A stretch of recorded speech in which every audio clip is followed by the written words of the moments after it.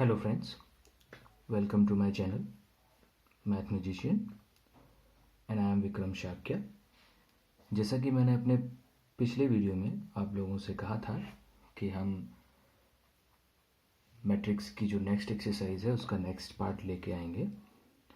जिन लोगों ने पहले वीडियो नहीं देखी है तो मैं बता दूं कि हम मैट्रिक्स चैप्टर कर रहे हैं NCERT 12th क्लास, और हमने पिछले वीडियो में एक्सरसाइज 3.2 का फर्स्ट पार्ट पढ़ा था, जिसमें मैंने पहले क्वेश्चन से लेके 12 क्वेश्चनों तक कंप्लीट करा दिया था। वीडियो काफ़ी बड़ी हो गई थी तो इसलिए मैंने कहा था कि हम नेक्स्ट पार्ट में आगे के क्वेश्चनों को कंप्लीट करेंगे। तो आइए उसी सीरीज़ को आगे बढ़ाते हुए हम अपने नेक्स्ट क्वेश्चनों को कंप्लीट करते हैं, विच इज़ क्वेश्चन नंबर 13। तो 13 से लेके लास्ट तक हम आज कंप्लीट करेंगे इस वीडियो में। तो कहा गया है कि if fx is equals to एक आपको 3x3 का मैट्रिक्स दे रखा है और एक प्रूविंग कंडीशन दे रखी है, show that fx into fy is equals to fx plus y. चलिए जल्दी से देखते हैं, क्योंकि वीडियो काफ़ी बड़ा हो जाएगा तो हम जल्दी टैकल करते हैं क्वेश्चनों को। तो ये हमारे पास क्वेश्चन नंबर 13 जो मैंने कॉपी पे नोट डाउन किया हुआ है। इसमें जो आपको पहला टर्म था fx इज इक्वल्स टू दिया था, जैसा कि आपने अभी प्रूविंग में देखा होगा कि fy भी आपसे पूछा गया है। तो अगर हम fx की हेल्प से ही fy निकालने की कोशिश करें तो हमें कुछ नहीं करना है, जहाँ पर भी fx में x है वहाँ पर हमें y रिप्लेस करना है। तो आप देख सकते हो कि इसमें जहाँ पर x था, जैसे cos x था माइनस sin x था, तो जहाँ पर x था हमने केवल उसको रिप्लेस कर दिया है y से, बाकी कोई चेंजेस नहीं किए हैं। तो बिल्कुल बाकी सिंपल वैसे का वैसा ही आपको दिख रहा है। फिर प्रूविंग कंडीशन में कहा गया था कि fx इंटू fy, यानी कि हमें दोनों का प्रोडक्ट करना था। तो कोई बात नहीं, हमने दोनों को प्रोडक्ट किया हुआ है। मैट्रिक्स का प्रोडक्ट हम पिछले वीडियो में बहुत अच्छे से समझ चुके हैं। इनफैक्ट पूरी एक्सरसाइज 3.2 जो है वो मैट्रिक्स मल्टीप्लिकेशन पर ही बेस्ड है। अगर आप मल्टीप्लिकेशन अच्छे से कर पा रहे हैं तो आप आराम से सीख पाएंगे। अगर आप यहाँ देखें मल्टीप्लिकेशन कैसे होता है, मैं रफली जल्दी से करा देता हूँ। तो cos x cos y इसके साथ होती है। फिर हम रो में आगे की तरफ बढ़ते हैं, कॉलम में नीचे की तरफ तो minus sin x sin y। फिर रो में हम और आगे बढ़ते हैं, यानी कि हमारा लास्ट एलिमेंट, और कॉलम में हम सबसे नीचे तक जाते हैं। तो सिंपल फंडा यही होता है कि आप रो में आगे की तरफ बढ़िए, कॉलम में नीचे की तरफ जाइए और सबकी मल्टीप्लिकेशन करते चले जाइए। बीच में प्लस का सिंबल लगाइए और ऑटोमेटिकली आप मल्टीप्लिकेशन कर पाएंगे। ऐसे ही आप दूसरी रो में आएंगे, जब दूसरी रो में आएंगे तब भी सेम यही प्रोसीजर लागू होगा, sin x की cos y के साथ, cos x की sin y के साथ, और फिर उसके बाद 0। तीसरी रो में आएंगे वही प्रोसेस, इसके साथ, इसके साथ, इसके साथ। तो पहले आप अपने पहले मैट्रिक्स की तीनों रो को दूसरे मैट्रिक्स के पहले कॉलम से मल्टीप्लाई कर देंगे तो आपको एक कॉलम मिल जाएगा। उसके बाद जब आपको दूसरा कॉलम चाहिए होगा तब आप अपनी तीनों रो को आपकी बार दूसरे कॉलम के साथ मल्टीप्लाई करेंगे, सेम उसी प्रोसेस के साथ। पहला एलिमेंट पहले के साथ, फिर इधर आगे, इधर नीचे, इधर इसके नीचे। सेम जब आप सारी रो को, यानी कि तीनों रो को जब आप इस कॉलम के साथ मल्टीप्लाई कर देंगे तब आपको दूसरा कॉलम मिल जाएगा। और तीसरा कॉलम लेने के लिए आपको फिर से इन्हीं तीनों रो को तीसरे कॉलम के साथ मल्टीप्लाई करना होगा।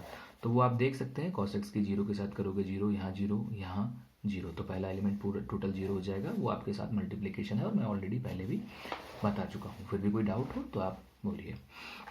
अगर हम यहाँ देखें cos x cos y minus sin x sin y, अगर आप cos x cos y minus sin x sin y को देखें तो ये कुछ ट्रिग्नोमेट्रिकल फॉर्मूले हैं। अगर आप लोगों को याद है तो बहुत अच्छी बात है।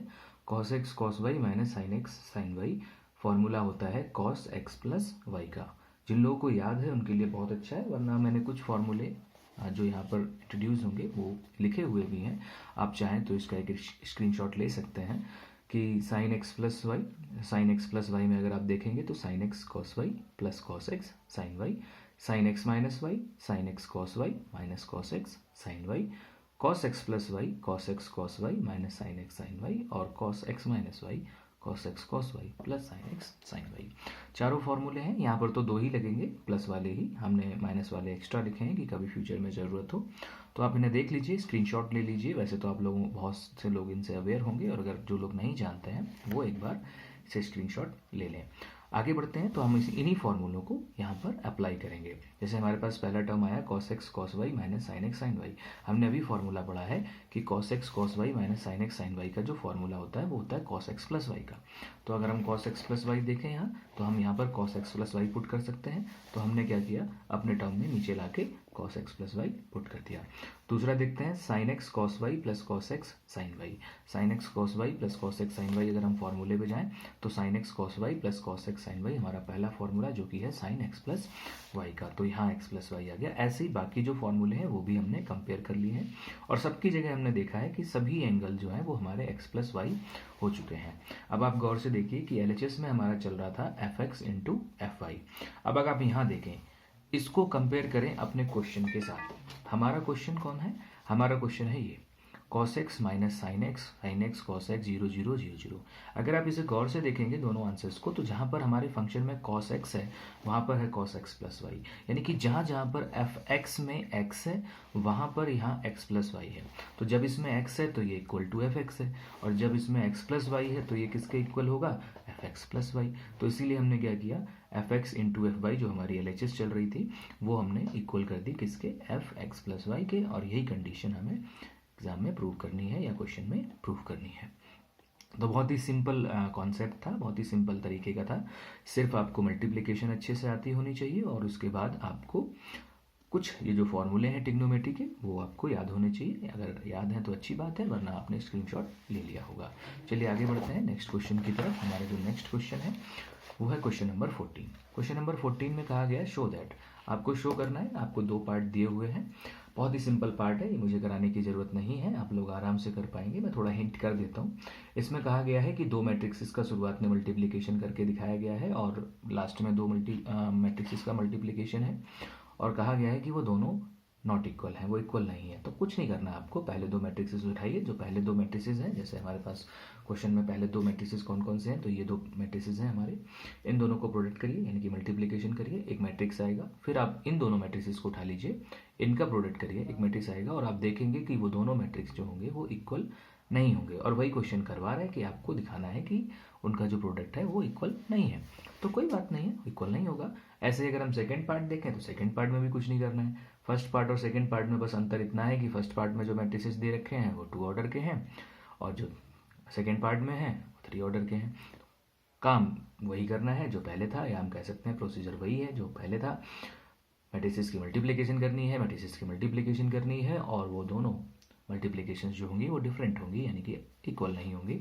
तो आई होप ये आप आराम से कर पाएंगे। आगे बढ़ते हैं नेक्स्ट क्वेश्चन की तरफ। क्वेश्चन नंबर 15 में आपसे कहा गया है find a square minus 5a plus 6i, और एक आपको a की वैल्यू दे रखी है कि a क्या है। तो a दे रखा है और एक सर्टेन जो इक्वेशन है उसकी वैल्यू आपसे निकलवाई गई है कि a square minus 5a plus 6i। Let's see कैसे हम इसे निकालेंगे। तो यहाँ पर मैंने वही जो आपको a दे रखा है वो मैंने उठा लिया।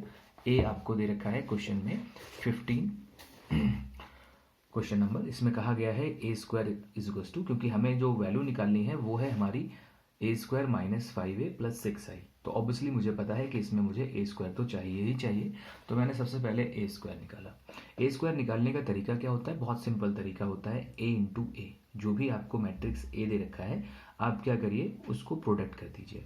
तो पहले ए मैट्रिक्स जो आपको क्वेश्चन में दे रखा है, फिर एक और मैट्रिक्स ए से, यानी कि वही सेम कॉपी कर देना है, और उसके बाद आपको इनका मल्टीप्लिकेशन करना है। मल्टीप्लिकेशन का प्रोसेस सेम है, मैं बार बार बोल चुका हूँ। इसकी इसके साथ, फिर इसकी नीचे और इसकी सबसे नीचे, ये तीनों ऐड कर दीजिए। फिर उसके बाद दूसरी रो को कॉलम में लाइए, फिर तीसरी रो को कॉलम में लाइए।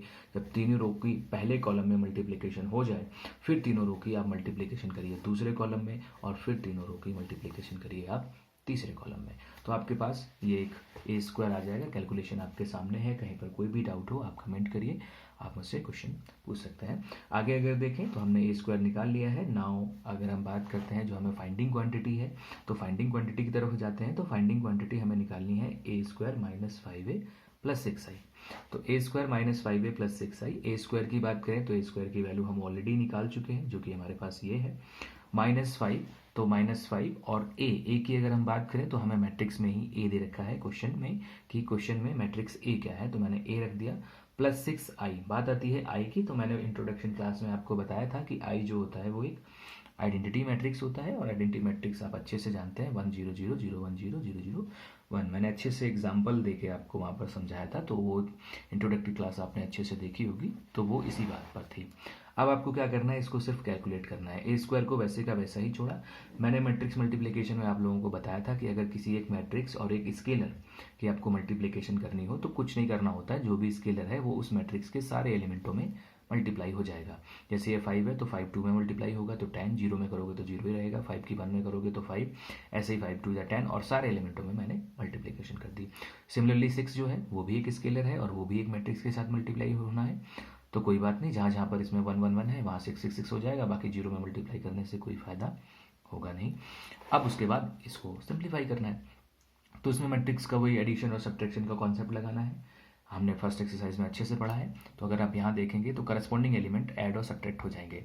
जैसे ये 5 प्लस का है, ये 6 भी प्लस का है, तो 5 और 6 कितना हो जाएगा 11, और माइनस यहाँ लगा के इसमें से 10 सब्ट्रैक्ट हो जाएगा, तो कितना बच जाएगा 1। ऐसे ही बाकी करस्पॉन्डिंग एलिमेंट भी आप सॉल्व कर लीजिए। यहाँ है -1, यहाँ है 0, तो ये ऐड होने से रहे, और यहाँ पर इसमें से -0 होगा तो कोई फायदा नहीं होगा, -1 ही छूट जाएगा। यहाँ है 2, यहाँ हो जाएगा -5, इधर तो 0 है ही ऑब्वियसली, तो 2 - 5 कितना हो जाएगा -3। तो वही सारी सिंप्लीफिकेशन मैंने की, आप आराम से कर सकते हैं। तो जब सिंप्लीफाई करेंगे तो आपको ये एक मैट्रिक्स मिल जाएगा, और यही इसकी वैल्यू है। हमसे पूछा गया था कि आपको a² - 5a + 6i की वैल्यू निकालनी है, तो ये है उसकी वैल्यू। आगे बढ़ते हैं हम लोग नेक्स्ट क्वेश्चन की तरफ।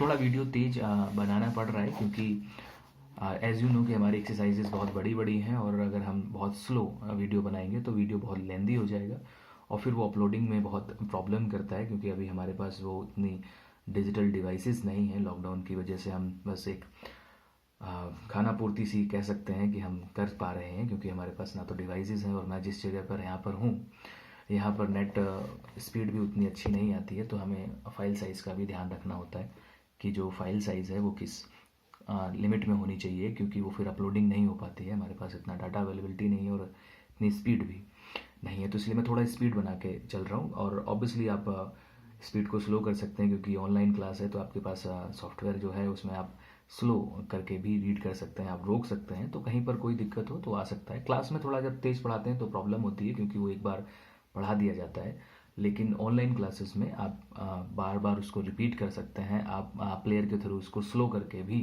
समझ सकते हैं, लेकिन हमें थोड़ा सा इसकी वजह से ऐसा करना पड़ रहा है। नेक्स्ट चलते हैं क्वेश्चन नंबर 16 की तरफ। अगर आप देखेंगे तो आपको एक मैट्रिक्स दे रखा है A, और फिर से अगर आप 15 से कंपेयर करेंगे तो कोई अंतर नहीं है। इसमें भी प्रूव कराया है कि a³ - 6a² + 7a + 2i = 0, वहाँ पर वैल्यू निकलवाई गई थी, और यहाँ पर आपसे कहा गया है कि आप इसे 0 के इक्वल प्रूव करिए। अगर मैं टेक्निकली बोलूँ तो ये 0 नहीं है, इसे O बोलते हैं, जिसको हम बोलते हैं जीरो मैट्रिक्स। जीरो मैट्रिक्स मैंने इंट्रोडक्शन में आपको पढ़ाया था। जीरो मैट्रिक्स एक ऐसा मैट्रिक्स होता है जिसके सारे एलिमेंट जो है वो 0 होने चाहिए। तो एक तरीके से ये 0 ही होता है, लेकिन मैट्रिक्स की फॉर्म में लिखा हुआ होता है। अगर हम इसकी 15 से अंतर देखें कि इसका 15 से अंतर क्या है, तो 15 से इसका अंतर ये है कि 15 में जो वैल्यू निकलवाई गई थी वो एक क्वाड्रेटिक इक्वेशन टाइप की थी, मतलब उसमें हाईएस्ट पावर 2 थी, जबकि यहाँ पर अगर आप देखेंगे तो एक क्यूबिक है, यानी कि हाईएस्ट पावर 3 है। तो उस केस में क्या होगा, वहाँ पर हमें केवल a² ही निकालना पड़ा था, इसमें हमें a³ भी निकालना पड़ेगा। a² तो निकालना ही है, और साथ ही साथ हमें a³ भी निकालना है। बाकी a और i में कोई दिक्कत नहीं है, वो वैसे के वैसे ही है। a आपको ऑलरेडी क्वेश्चन में दे रखा है, और i जो है वो आपका आइडेंटिटी मैट्रिक्स होता है, वही 1 0 0 0 1 0 एंड 0 0 1। तो मैं a³ के लिए थोड़ा आपको एक्सप्लेन कर दूं कि a³ हम लोग कैसे निकालेंगे।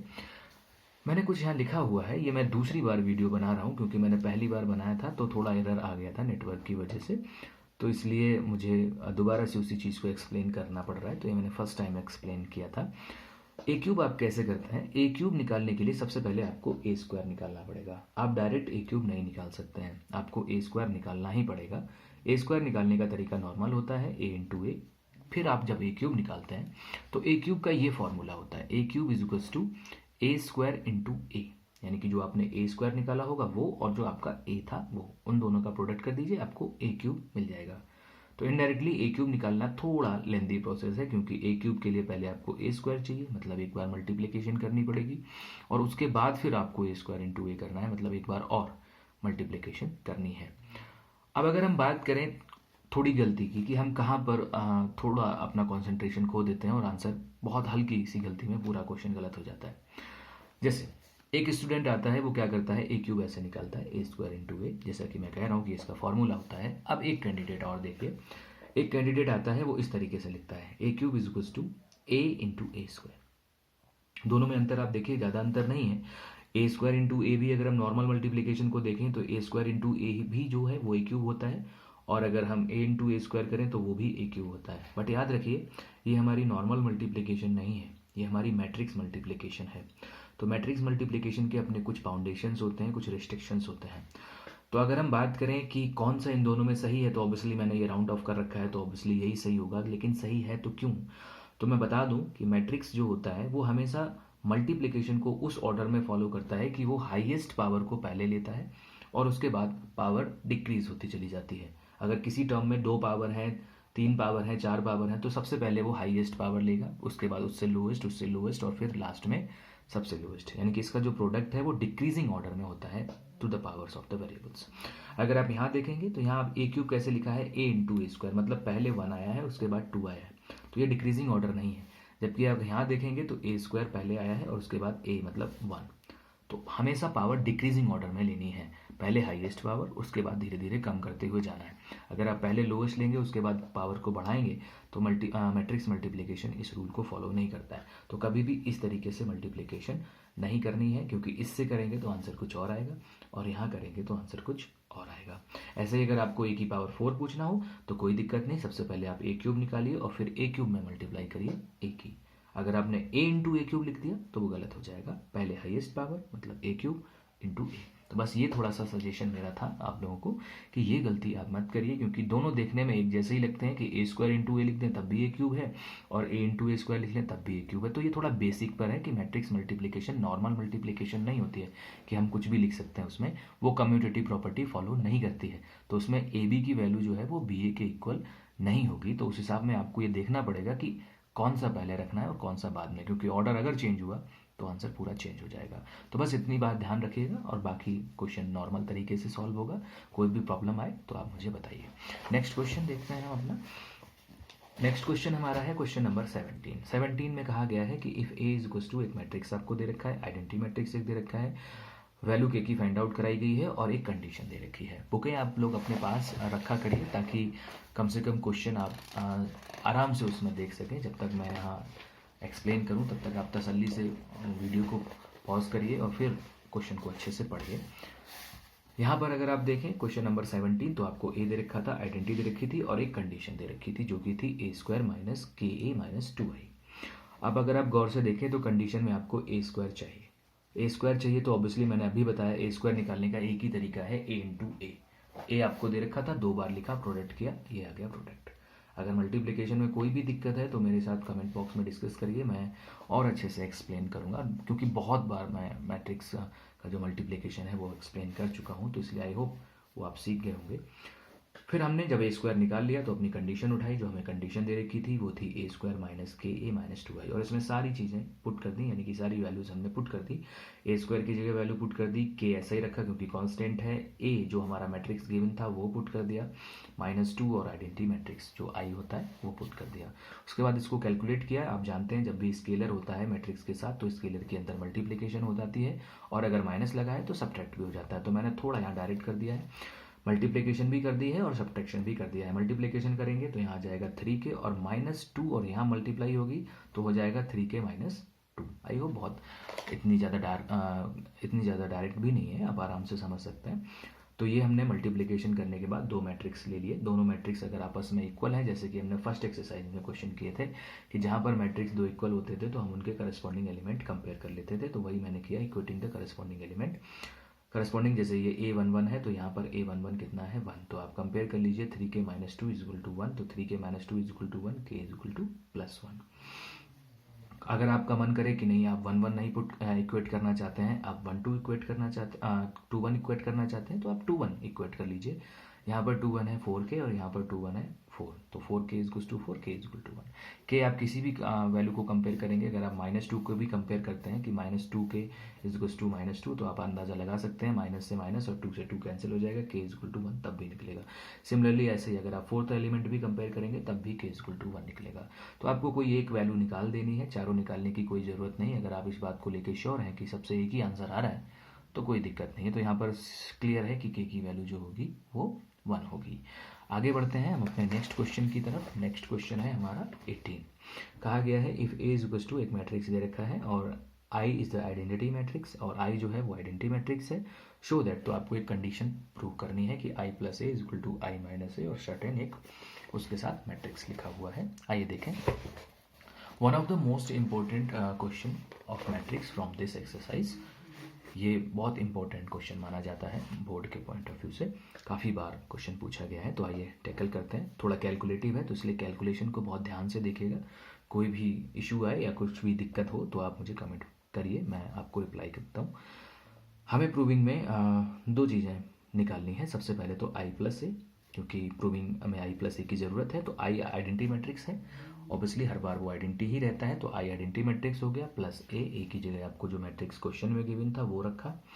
दोनों को ऐड करना है तो करस्पॉन्डिंग एलिमेंट ऐड कर लिए। एडिशन आप बहुत अच्छे से जानते हैं, बहुत बार हो चुका है। आई माइनस ए, अब आपको एक और वैल्यू चाहिए है आई माइनस ए, तो यहाँ पर जब प्लस निकाला है तो माइनस भी निकाल लेते हैं। माइनस निकाल लिया, माइनस भी आ गया। अब जो हमें प्रूव करना है, हमने उसकी RHS ली।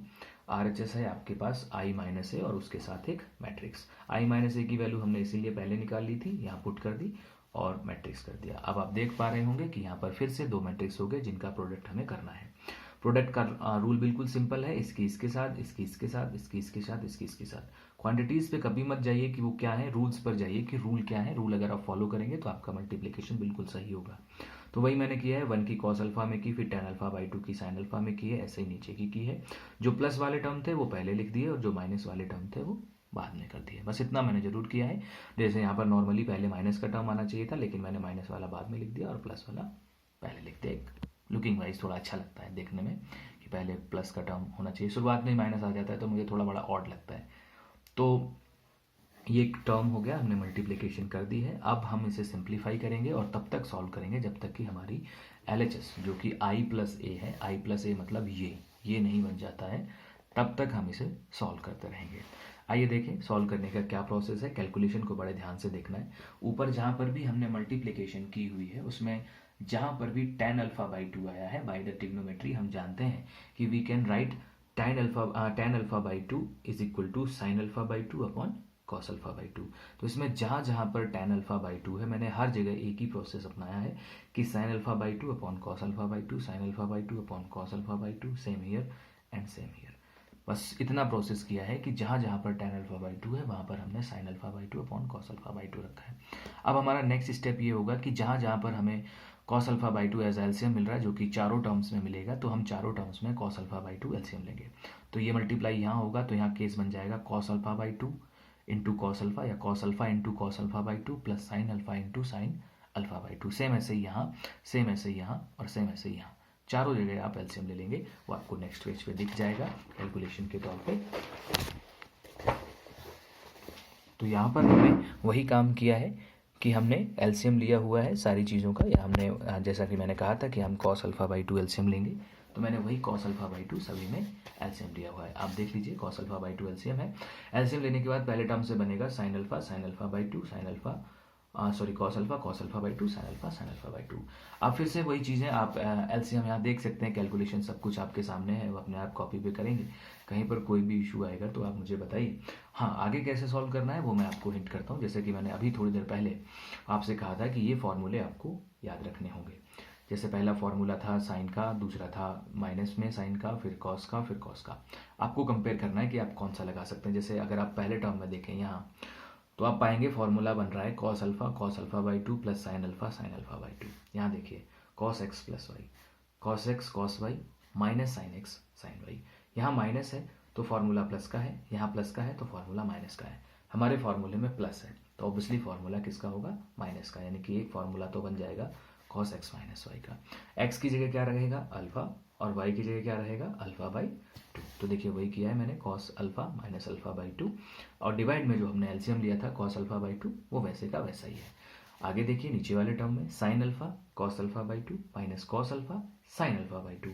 तो आप देखिए ये साइन का फॉर्मूला है sine x cos y minus cos x sine y. Match करिए, sine alpha cos alpha by 2 minus cos alpha sine alpha by 2। तो ये साइन एक्स माइनस वाई का है। फिर से वही बात, एक्स की जगह हमारा अल्फा है और वाई की जगह है हमारा अल्फा बाई 2। तो फिर से फॉर्मूला बन गया। ऐसे ही बाकियों दो में भी आप कंपेयर करेंगे तो आपको फॉर्मूला क्लियर बना हुआ दिखाई देगा। मैंने लिखा भी है, आप मैच करके देख लीजिए। फॉर्मूले भी मैंने आपको बता दिए हैं और आपके सामने सब कुछ है भी। फॉर्मूले में पहले भी दिखा चुका हूँ, तो आपने उन्हें आई होप पहले स्क्रीनशॉट ले लिया होगा। तो अब आगे बढ़ते हैं। तो सारे फॉर्मूले मैंने पुट कर दिए। अब देखते हैं यहाँ cos alpha minus alpha by 2, आप सब्ट्रैक्ट करेंगे तो ऑब्वियसली अल्फा बाई 2 बच जाएगा।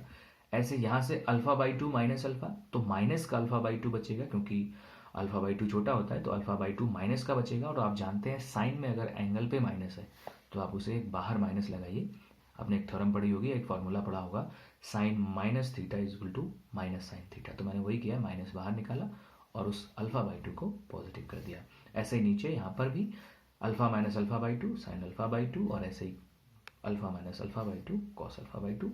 कॉस अल्फा बाई 2 से कॉस अल्फा बाई 2 ये दोनों कट जाएंगे। कटने के बाद आपके पास यहाँ 1 बच जाएगा, यहाँ 1 बच जाएगा। ये sign alpha by 2 upon cos alpha by 2 tan alpha by 2 हो जाएगा, क्योंकि आप इससे ये कैंसिल कर दीजिए। तो ऑब्वियसली ये बात आपको समझ में आ रही होगी 1 कैसे आ गया है। और यहाँ sign alpha by 2 upon cos alpha by 2 tan alpha by 2, और यहाँ भी sign alpha by 2 upon cos alpha by 2 tan alpha by 2। और ये वैल्यू जब हमने शुरुआत में ही सॉल्व किया था तो मैंने आई प्लस ए की वैल्यू आपको निकलवाई थी। तो ये वैल्यू आई प्लस ए की वैल्यू है। अगर आप टैली करना चाहें तो आप पीछे देख सकते हैं, हम लोगों ने आई प्लस ए की एक वैल्यू निकाली थी। ये रही आई प्लस ए।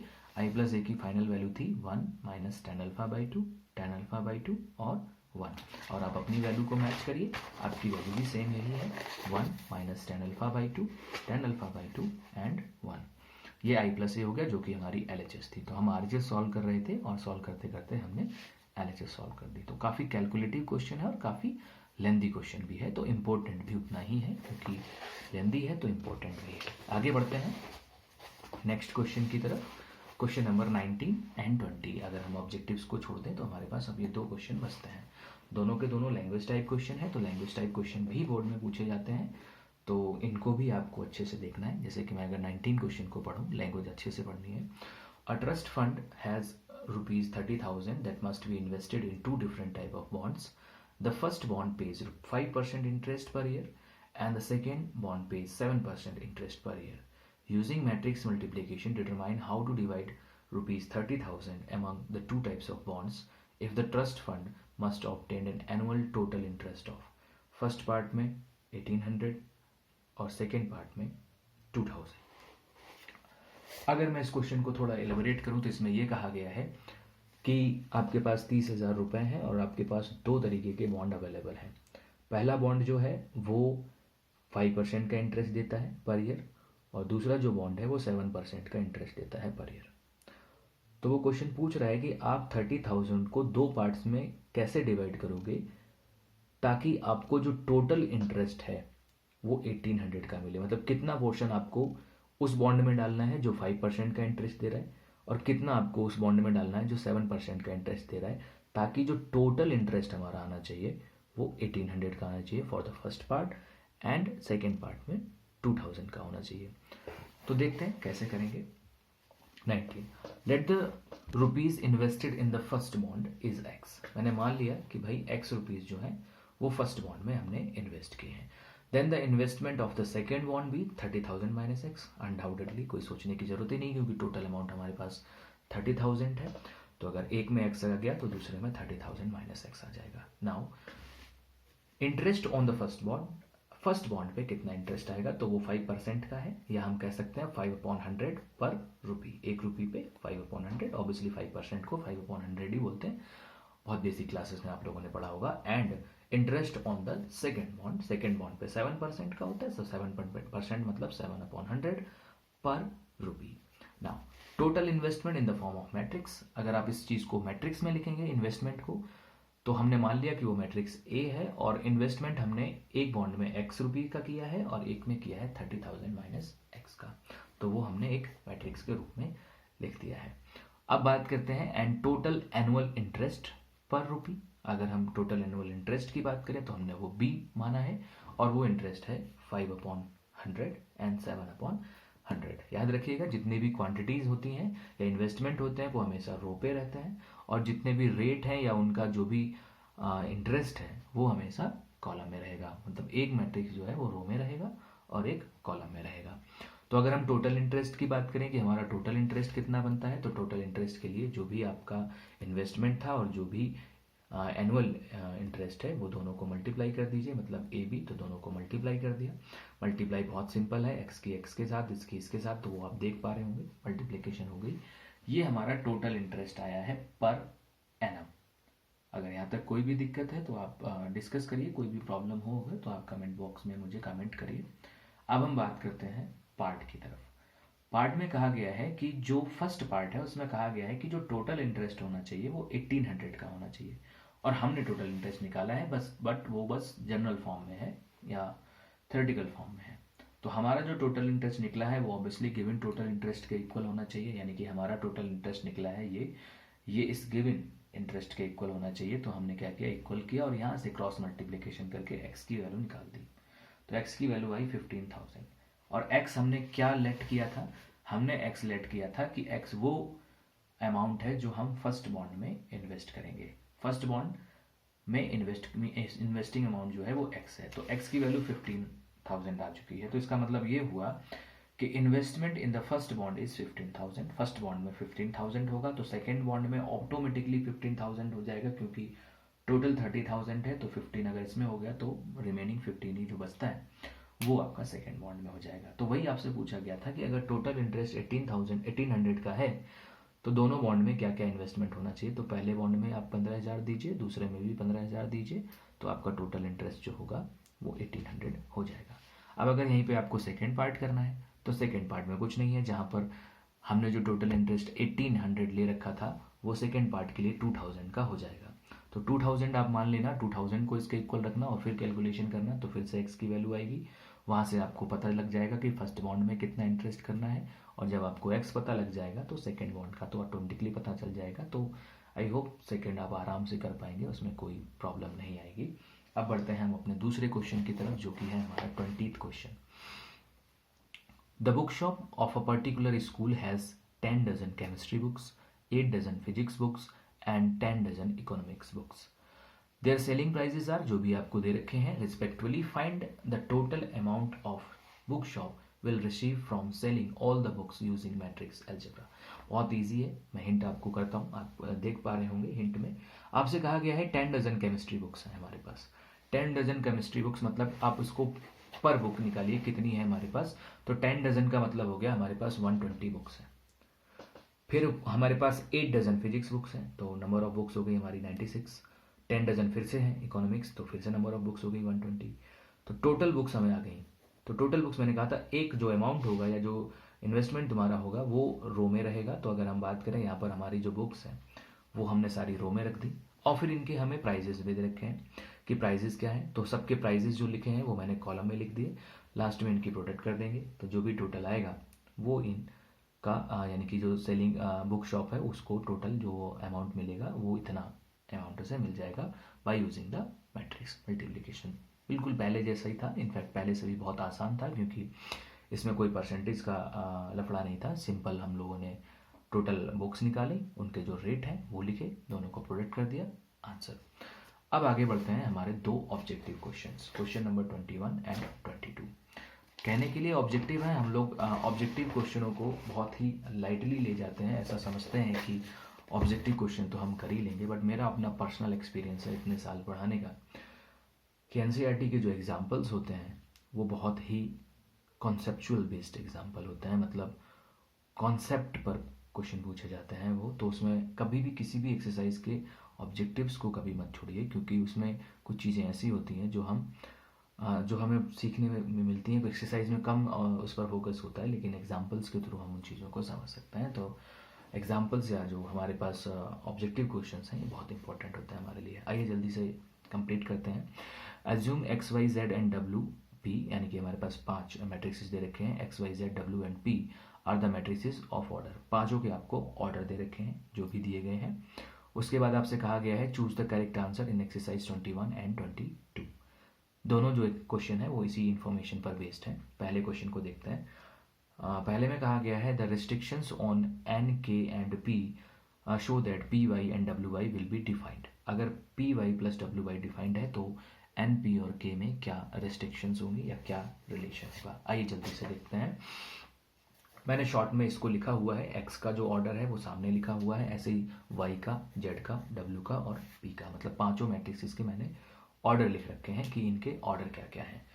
अगर आप यहाँ देखेंगे ये पहले से सॉल्व आपको इसलिए दिख रहा है, वैसे मैंने पहले से पूरा सॉल्व नहीं किया था, मैंने अभी कहा कि वीडियो मैंने ये दोबारा बनाया है तो पहली बार में मैं पूरा एक्सप्लेन कर चुका था तो इसलिए पहले से ये सॉल्व है पूरा। तो अगर आप यहाँ देखेंगे तो एक्स वाई जेड डब्ल्यू एंड पी सबके ऑर्डर लिखे हुए हैं और कहा गया है पी वाई प्लस डब्ल्यू वाई डिफाइंड है। सबसे पहले यहाँ पर बात करते हैं हम पी वाई की। पी का ऑर्डर मैंने लिखा, वाई का ऑर्डर लिखा जो भी मुझे दिया था, पी का ऑर्डर दिया था पी इंटू के, वाई का ऑर्डर मुझे दिया था 3 इंटू के। मैंने जब मल्टीप्लिकेशन सिखाया था मैट्रिसेस का तो मैंने कहा था मैट्रिसेस मल्टीप्लिकेशन करने के लिए एक नेसेसरी कंडीशन होती है और वो कंडीशन ये होती है कि जिन भी दो मैट्रिसेस की आप मल्टीप्लिकेशन कर रहे हैं उनमें ये रिलेशन होना चाहिए कि जो नंबर ऑफ कॉलम है पहले मैट्रिक्स के, नंबर ऑफ कॉलम जो बाद में लिखा होता है वो नंबर ऑफ कॉलम होता है पहले मैट्रिक्स का, वो इक्वल होना चाहिए नंबर ऑफ रो के दूसरे मैट्रिक्स के। यानी कि पहले मैट्रिक्स के नंबर ऑफ कॉलम और दूसरे मैट्रिक्स के नंबर ऑफ रो सेम होने चाहिए, या हम कह सकते हैं कि इसका लास्ट वाला एलिमेंट और इसका फर्स्ट वाला एलिमेंट ऑर्डर जब हम लिखते हैं तो सेम होना चाहिए, तभी उनकी मल्टीप्लिकेशन डिफाइंड होगी, अदरवाइज वो डिफाइंड नहीं होगी। और फिर दूसरी बात मैंने बताई थी कि प्रोडक्ट हो तो जाएगा लेकिन प्रोडक्ट होने के बाद जो मैट्रिक्स बनेगा उसका ऑर्डर क्या होगा। तो जो ये सेम है इसको आप हटा दीजिए और फर्स्ट और लास्ट को लिख दीजिए, वही इसका क्या होगा ऑर्डर। आइए इससे कंक्लूजन निकालते हैं क्या निकलेगा। पहली चीज कि जब पी वाई डिफाइंड है तो इसका मतलब है कि इसकी जो के है वो किसके इक्वल होना चाहिए 3 के। तो एक रिलेशन निकल जाता है कि के इज इक्वल टू तो 3 होना है, ये कंफर्म है। दूसरी चीज मल्टीप्लाई होने के बाद ऑर्डर क्या बचेगा, तो मैंने कहा था ये दोनों कैंसिल आउट हो जाएंगे तो ऑर्डर बचेगा पी इंटू के, बट के की वैल्यू हम ऑलरेडी निकाल चुके हैं कि वो 3 है तो मैंने यहाँ पर 3 रख दिया है, के नहीं रखा है। ऐसे अगर हम बात करें डब्ल्यू वाई की तो डब्ल्यू वाई में भी यही रूल होना चाहिए। मैंने डब्ल्यू का ऑर्डर लिखा, क्वेश्चन में दे रखा है n क्रॉस 3, वाई का ऑर्डर तो ऑब्वियसली पहले जैसा ही है 3 क्रॉस के। अगर दोनों का प्रोडक्ट होना है तो इसका कॉलम और इसकी रो इक्वल होनी चाहिए जो कि ऑलरेडी इक्वल है। तो फिर मल्टीप्लाई होने के बाद जो मैट्रिक्स आएगा उसका ऑर्डर क्या होगा, तो उसका ऑर्डर होगा n इंटू के की जगह मैंने फिर से वैल्यू पुट कर दी k इज इक्वल टू 3। तो एक चीज तो निकल गई है दोनों से कि k इज इक्वल टू तो 3 है। अगर हम अपने ऑप्शंस को देखें चारों को, हालांकि मैंने ऑलरेडी टिक कर रखा है, आई ऑलरेडी टोल्ड यू कि ये दोबारा वीडियो बना रहा हूं मैं। तो अगर आप यहाँ देखेंगे तो ए में k इज इक्वल टू 3 है, सी में k इज इक्वल टू 3 है, बट बी और डी में k इज इक्वल टू 3 नहीं है। इसका मतलब है कि ये तो दो हो ही नहीं सकते हैं। अब ए और सी में से ही सही है एक ऑप्शन। तो अब आगे बढ़ें, तो अब हम कंफर्म कैसे करेंगे कि कौन सा सही है।